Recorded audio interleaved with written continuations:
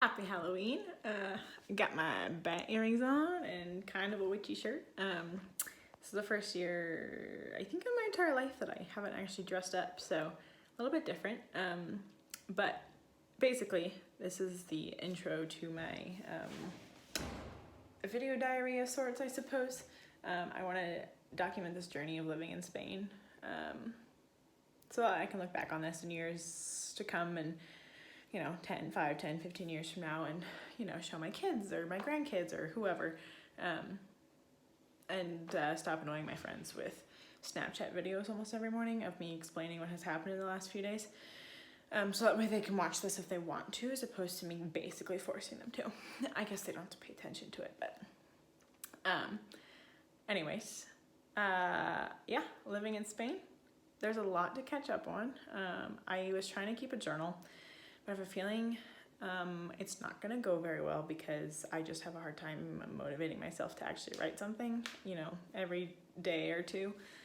And I don't think I can put as much detail into it as if I'm talking because I just, it's harder to, and you don't get to show that emotion quite as easily.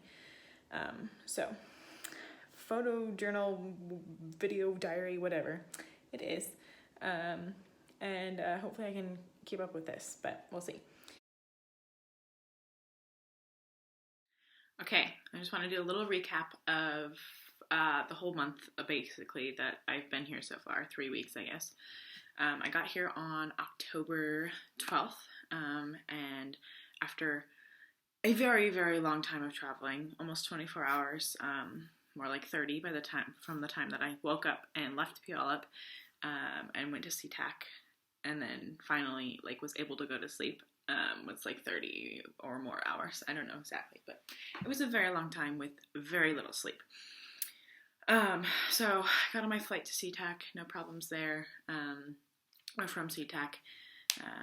And then I flew to Chicago, where I had a 4-hour layover, which I was like, great, I'll just, chill for a little while. I'll grab some food because it's been a while since I've had anything that's not airplane food and, just little snacks that they give you, or the granola bars that I brought. So I got some food. I called some of my friends just to catch up a little bit because it was finally a reasonable hour. And I was just, waiting around. I checked online a few times to see if my gate had been updated. It still wasn't up there. I didn't see my flight number anywhere, but they, nobody told me it was canceled or anything, so I was like, all right, I guess, it's 4 hours, it's still plenty of time for them to find a gate number. They might not just have it, might not might not be up yet. So I'm waiting around, I'm wandering, I keep checking the boards, I keep checking online, everything says, oh, all the international, TAP, Air Portugal, flies out of Terminal 1, and I was like, great. I'm in Terminal 1. I'll just wait until, if I don't see anything in an hour or so before my flight, then I'll, go find somebody. But it's highly likely they just haven't posted anything yet. So I'm in Terminal 1, just waiting and waiting. And then I finally was like, all right, they haven't posted anything. I'm starting to stress a little bit. So I find somebody. And I remembered walking past a help desk. So I was like, okay, I'll go find the help desk again. Of course, I couldn't find it again. Also, so many of them were closed because of COVID. And they just didn't have people staffing them that I couldn't find anybody. So I finally found an office that was traveler assistance for travelers. And I was like, well, I'm a traveler and I need assistance. So I went in. And the guy was like, yeah, all the international flights fly out of Terminal 5. And I was like, everything online says it's Terminal 1. Are you sure? I don't want to miss my flight because I go to the wrong place. And he's like, no. All of the international flights always fly out of Terminal 5. And he's like, do you know how to get there? And I was like, no. And he's like, okay, do you see that sign over there? And I was like, yes. He said, follow that. You need to exit the airport, get on a bus because there's a bunch of construction happening right now, and bus over to Terminal 5. And I was like, okay. So I'm sprinting out there. Then I see where the buses are, but I can't figure out how to get up to that level. It was a big clear wall of windows, but it's on the level above me, and I couldn't figure out the stairs to get to that were all the way around way one side, and I couldn't find them. Also, I was just stressed and starting to panic a little bit, so I wasn't thinking as clearly as I could have been. So I finally make it outside. Um, thank goodness the bus pulled up right as I got there. Otherwise, I probably would have missed it. And I asked somebody, I was like, hey, like, is this, like, I need to get to Terminal 5. And they're like, yes, get on this bus. And I was like, great, thank you. This bus ride was like almost 10 minutes long. And I was like freaking out because it was like my flight left at 6:30. It was like boarding at 5 or 6. And it's like 5:40 at this point. And I'm freaking out PM. And I was like so stressed, and I was like, I don't know if I'm going to make it on time. Of course, I have to go back through security again. And I'm like taking my shoes off, opening my bags. Of course, I like shoved things in there earlier. I was like, I don't have to go through security again. It'll be fine. I'll just shove all this in here. I was wrong. So I'm like taking my shoes off, trying to get my computer out and like my Kindle, because I already had problems with that in the SeaTac airport. And my bag, of course, my bag of like carry-on travel size things rips in this moment. I'm like, are you serious? Like, of course it's doing this. So I finally get through security. Luckily, it was a short line. I was a little bit maybe rude to the people around me, but I didn't, I wasn't trying to be. I was just like, I have to get through here. Like, I'm going to miss my flight. Of course, my gate is at the very end of the terminal. So I'm like sprint walking all the way to the other terminal. I'm like holding most of my things in my arms because I didn't have time to shove them back in my bag. My shoes are barely on my feet. I finally get there and I like get up to the gate. I'm like, okay, here's my ticket, here's my passport. And they're like, are you Kylie Jovog? And I was like, yes. They're like, we've been calling you. And I was like, okay, well, first of all, there was not good communication here on where I was supposed to be. Nobody told me anything until an hour ago. Sorry. And then I had to like go check in at the counter, and they're like, one of the other flight attendants is like calling down. They're like, don't offboard your luggage. Like, I'm like, geez Louise, I can't believe I'm here. I was the last person to get on that plane.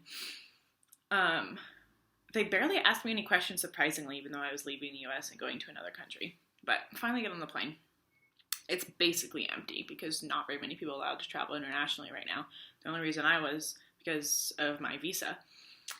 I was just so stressed, and I'm like sweaty and like shaking from like the adrenaline and the anxiousness that was just coursing through my body. And I finally sit down and I'm like, all right, I'm here. It's fine.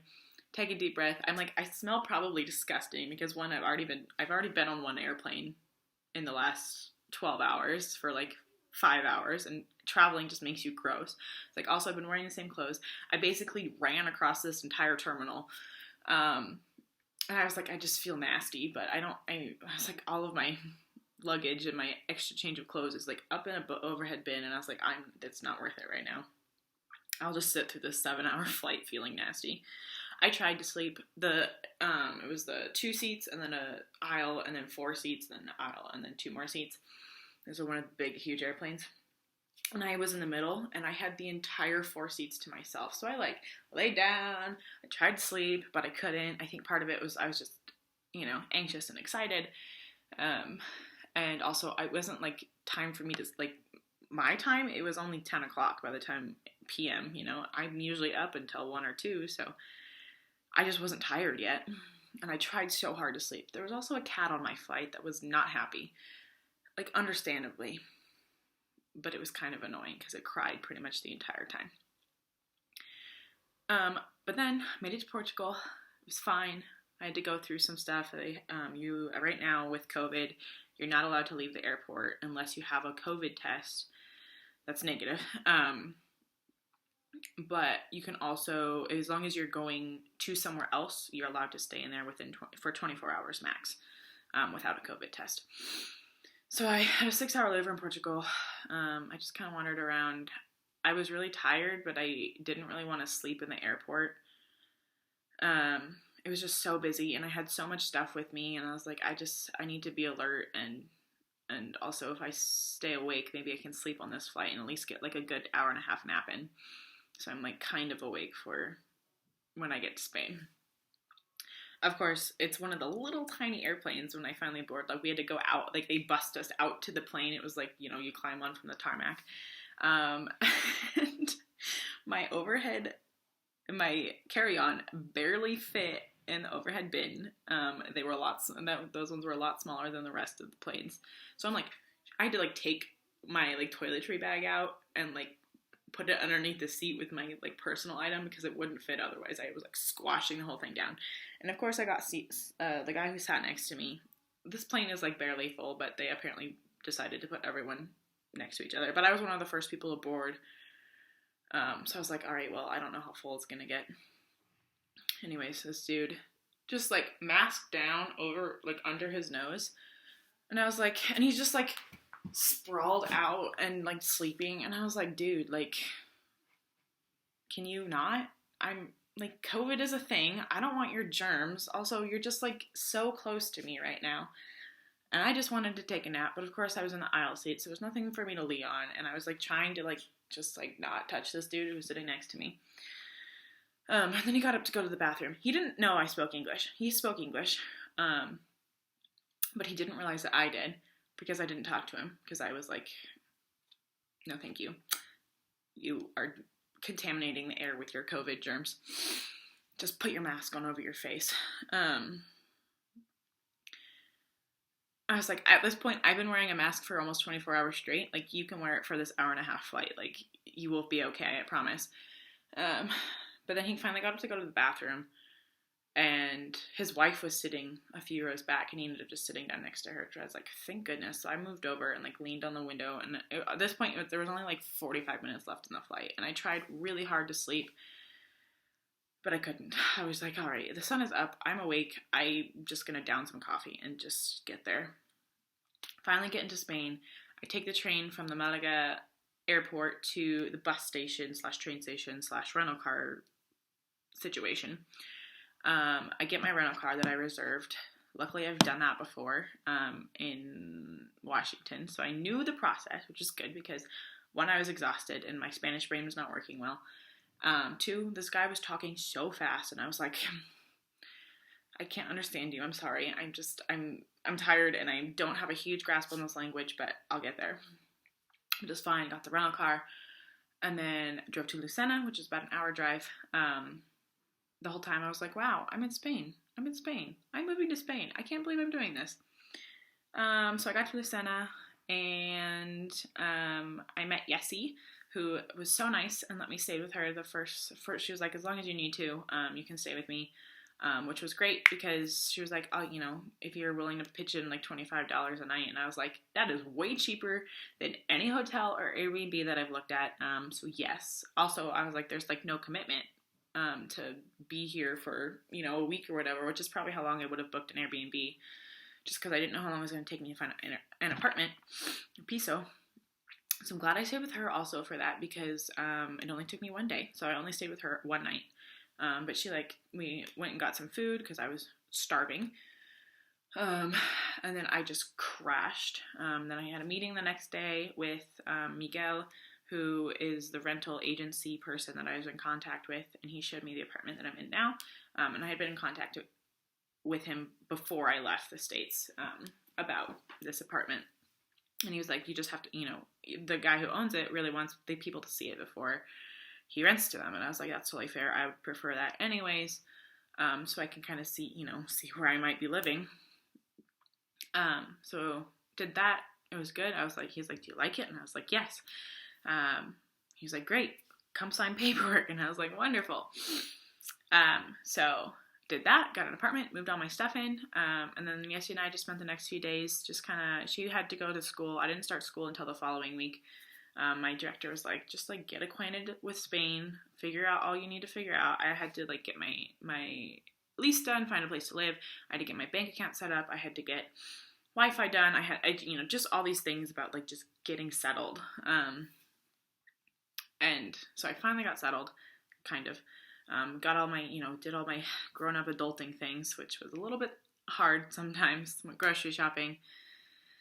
And then the following weekend, I got there on Sunday night, and the following weekend, Yessie and I drove down to Malaga on Friday, just to, neither of us work on Fridays, so we're like, let's go, we have a rental car, so let's go use it while we can. And then Saturday, we took the rental car back to Cordoba, which is where I was dropping it off at. And we got churros, and we just hung out a little bit. It was a really good weekend. And then on Saturday afternoon, Yessie had met some people here through her school, her director at her, or secretary at her school. Was like, oh, my son's about your age and he has this group of friends, like you should meet them. So they invited us to like this potluck, which was really, really cool because I got to, one, practice my Spanish. We were there for a good 6 hours or so. And after a little while, I was kind of just zoning out because I was like, I've been practicing Spanish so hard and I just don't understand everything still, and I have to listen very, very carefully, and it's just a lot. It's no passive listening for me. It's like I have to be like paying attention still to understand what's happening at least a little bit. But yes, he speaks Spanish already. So she's her family's from Mexico. She's Mexican American, and so she already has that Spanish background. She's like, it's not quite the same for sure. She's like, you're not the only one who's struggling. And I was like, okay, good. Just, she already has some experience with the Spanish language, so she was able to communicate a little bit more, which is always weird for me because I'm usually like talking to everyone and having conversations, but I couldn't because I didn't know how to say half the things I wanted to say, and also they just like switched conversation topics so quickly here, and the words go very quickly. One of the guys was like, we don't talk fast. You just listen slow. And I was like, I don't know if that's the case. I think you talk fast. But there's a few of them who knew at least some English, so they were helping me the whole time. And then they were asking me, like, why I decided to come to Spain. And, I started talking, and they're like, no, English. And Yessie goes, no, she needs to practice her Spanish. And I was like, Yessie's right. I do need to practice my Spanish. So, it was a very basic conversation, very basic explanation of why I'm in Spain, but I got my point across, and they were all like very attentive to me and like listening really like well, and I was like, wow, this is really nice. Like, it's nice to be able to kind of communicate at least. And then I went to school on Monday for the first day. It was great. The kids were super sweet. Some of them are a little bit nosy, but that's what you would get with fourth graders. One of them was like, do you have a boyfriend? Do you know... what's your Instagram? What's your WhatsApp? Like, all these questions. So I was like, I have one. I can't tell you, though, because I'm technically your teacher, and that's probably crossing some boundaries that I should not be crossing. And also, I don't really want to get spammed by a fourth grader. I was like, when I'm done teaching, I will friend you on Instagram. But I was just introducing myself, and then I had the kids asking me questions, and I asked them, a lot of them had masks on that say TikTok or, just have the symbols of TikTok. And I asked them, I was like, oh, do you like TikTok? And they're like, yeah. They're like, oh, do you know Carly D'Amelio or whoever, famous TikToker? And I was like, oh yeah, I know of her. And they're like, you know her? Like, you're friends? And I was like, oh, no. Like, no, just because she's from the United States does not mean that I know her personally. I was like, oh, no. And they were like, oh, do you know anybody famous? And I was like, no. And I think I lost some credibility after I told them I didn't know anybody famous. They're like, oh, okay. They're like, do you know Donald Trump? And I was like, nope.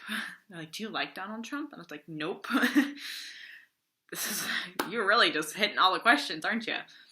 But it was really fun. The kids are sweet. I'm excited to go back. Because on Tuesday night, so I'd been in school for 2 days. It was great. Tuesday night, one of the guys who was at the potluck texted the whole group that was there and was like, hey, by the way, last night my mom tested positive for COVID. I'm going to get tested later this week because I don't feel good. And we were like, oh no. So I texted my director, Vanessa, and I was like, hey, here's the deal. She's like, all right, don't come into school tomorrow. Wait till he gets his results and we'll go from there. Of course, his results came back positive on Thursday morning. So Vanessa was like, all right, you can't come in until this gets solved. And I was like, great, okay. And we were told that the health officials would contact us. So I'm like, Thursday afternoon, I'm waiting for a call. Friday, I'm waiting for a call. Nothing over the weekend. And then finally, Monday afternoon, the rechazadores call me. And I don't understand what this lady is saying because there's so much background noise. And she obviously is really tired of calling people and telling them that that they've had a positive contact. And she was like, do you have a translator? And I was like, not with me, but here's my friend's number. And I give them Yessie's number. And then Yessie calls me and she's like, hey, did you talk to them? And I'm like, yeah, I gave them your number. I tried to. The lady hung up on me about halfway through me giving her your number. Don't know why, but she did. And I was like, I don't know what she was saying. She's like, hang on, they're calling me again. I think we talked to the same woman who was just done. And finally, yes, he was like, all right, this is what they're telling us. Because we're not from Spain, we can't get a test through them because we are not European Union citizens. And I was like, okay, great. She's like, we have to go through our health insurance. And I was like, okay. So I texted Vanessa because she was wanting updates. And I was like, here's what they said. And she was like, pretty sure the health insurance will only give you tests if you have symptoms. And we looked it up online and they're frequently asked questions. It was like, only if you have symptoms you can get a test. And I was like, well, I don't have symptoms. So, and at this point I've been hearing, you need to quarantine for 10 days. You need to quarantine for 14 days. You need to quarantine from 14 days from the day that we got your information, which was Friday morning. And I was like, how does that make sense? Because I haven't had contact with this guy since last Saturday. That was 6 days ago. And I could be almost halfway done with this quarantine. And then Yessie's director tried to get her an appointment through the school like we did when we first got here, when we had to get COVID tests to make sure we weren't going to expose the kids. And he was like, there's no appointments available unless you get all the way to Cordoba. But I was like, that defeats the purpose of us quarantining if you're going to tell us we have to get on a bus, ride an hour and a half, and then go to another city. How does that make sense? So we didn't. I texted Vanessa, I'm like, here's all the information I know. I was like, also she told me earlier that even if I tested negative, I'd still have to quarantine. So I was like, what is the point of me even finding a test if I don't have symptoms? I was like, so if I can't get a test. They're not going to give me a test at this moment in time. I was like, as long as I quarantine for the full amount of time, is it 10 or 14 days? And is it from day of contact or from day of positive test, can I come back to school? And she was like, yes, you have to quarantine for 14 days from day of contact. So that was last Friday, the 30th. I was finally able to leave my apartment. It was quite the adventure during quarantine. I'll do a different video on that because it was a lot. But I was finally able to leave. Halloween, I just stayed with, I hung out with Maddie. We watched Harry Potter because she'd never seen it. It was kind of Halloween-y. Didn't dress up. It was the first year ever in my life I think I haven't dressed up, which is a little weird. And then went on a nice long walk yesterday with Yessie. There's a called the Via Verde that goes between towns. And that was really nice. We went walk for 8 miles. It was nice just to be outside. It was beautiful. It was sunny. It just absolutely gorgeous. So it was really nice to finally not be in my apartment. But that's the update as of right now. So I'll go over what I did in quarantine for 14 days in a different section because that would just make this way too long.